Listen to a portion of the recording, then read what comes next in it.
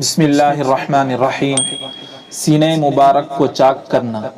2 سال کی عمر میں پہلی مرتبہ حضور صلی اللہ علیہ وسلم کے سینہ مبارک کو چاک کر کے فرشتوں نے آب زمزم سے دھویا تھا۔ حضور اکرم صلی اللہ علیہ وسلم فرماتے ہیں کہ شق صدر کے بعد فرشتوں نے میرے سر اور پیشانی کا بوسہ لیا اور کہا، اے اللہ کے حبیب، آپ خوف نہ کریں۔ اگر آپ کو یہ ادراک ہوتا کہ اللہ تعالیٰ آپ پر کس درجے مہربان ہیں تو بے شک آپ کی آنکھیں ٹھنڈی ہو جاتی۔ انہوں نے مجھے اس جگہ بیٹھا چھوڑ دیا اور خود فضا میں بلند ہوتے رہے حتیٰ کہ آسمان کی بلندیوں میں چھپ گئے۔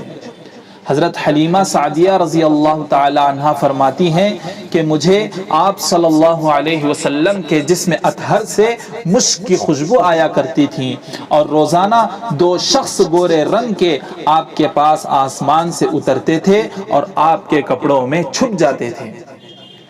حضرت حلیمہ سعدیہ رضی اللہ تعالی عنہ فرماتی ہیں کہ جب میں نے حضور اکرم صلی اللہ علیہ وسلم کو واپس مکہ مکرمہ پہنچانے کا ارادہ کیا تو میں نے کسی اعلان کرنے والے کا اعلان سنا جو کہہ رہا تھا کہ اے سرزمین مکہ، آج تمہیں مبارک ہو، آج تم پر نور، دین، عزت، حرمت اور کمال بخشا جا رہا ہے جو تمہیں حاصل تھا مگر اب دوامی حیثیت سے تمہیں حاصل ہوگا۔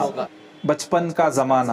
بچپن کے زمانے میں حضور اکرم صلی اللہ علیہ وسلم بیت اللہ میں اپنے دادا حضرت عبد المطلب کی مسند یعنی جگہ پر بیٹھ جاتے تھے تو اس موقع پر جو غلام یا باندی تھی وہ آپ سے کہتی تھی کہ آپ اپنے دادا کی جگہ سے ہٹ جائیں، تو اس موقع پر حضرت عبد المطلب یہ بات سن کر فرماتے تھے کہ میرے بیٹے سے کچھ مت کہو کیونکہ اس کو خیر اور بھلائی کا شعور ہے۔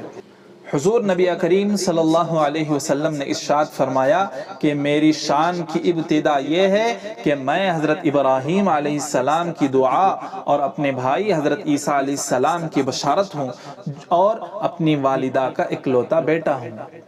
حضور نبی کریم صلی اللہ علیہ وسلم نے ارشاد فرمایا کہ میری پیدائش کے سلسلے میں جب میری والدہ حاملہ ہوئی تو عام طریقے کے مطابق انہوں نے کوئی بوجھ محسوس نہیں کیا۔